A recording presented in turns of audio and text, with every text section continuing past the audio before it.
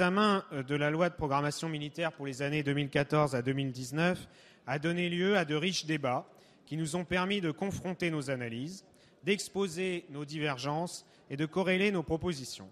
Au cours de ces débats, les références furent nombreuses au général de Gaulle. Parmi celles-ci, j'en retiendrai une, Monsieur le ministre, qui fut prononcée par vous. Reprenant un extrait du livre « Vers l'armée de métier », vous avez déclaré « Nous devons non pas conserver l'armée de nos habitudes, mais construire l'armée de nos besoins ». Je souscris pleinement à ce diagnostic. En revanche, je ne partage pas vos préconisations pour y parvenir. Pour les écologistes, ce texte manque d'ambition réformatrice.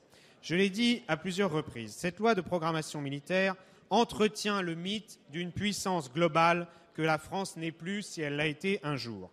Cette lecture a semblé vous surprendre, Monsieur le ministre. Et pourtant, une puissance globale a-t-elle d'un côté les avions de chasse les plus performants du monde, mais de l'autre, aucun ravitailleur pour les alimenter?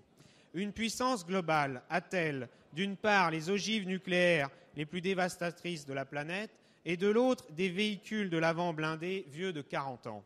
Une puissance globale doit-elle choisir, comme l'a dit le chef d'état-major de la Marine, entre intervenir au Sahel et intervenir au Moyen-Orient? De toute évidence, non.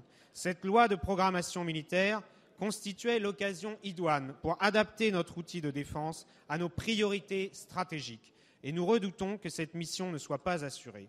Aujourd'hui, le cœur de notre action stratégique se joue au-delà de nos frontières.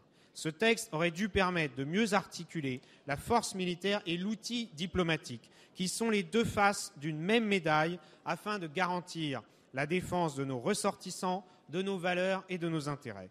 Cette loi de programmation militaire aurait également dû replacer le projet de défense européenne au cœur de notre stratégie. Au lieu de cela, cette question est abordée au détour de quelques articles, alors qu'elle pourrait constituer, de l'avis de tous, une priorité pour notre outil de défense. Pour les écologistes, la mise en interaction des ressources, des programmes et des intelligences serait un plus pour l'Europe, mais aussi et surtout pour la France, qui pourrait aussi voir sa charge budgétaire en être allégée. L'Europe de la défense pourrait être le véritable levier de notre autonomie stratégique, à condition d'en faire l'axe fort de notre politique de défense. Enfin, nous aurions souhaité que ce texte pose enfin la question d'un ajustement de notre outil de dissuasion nucléaire dans le but de réduire les impasses capacitaires dont souffrent nos armées.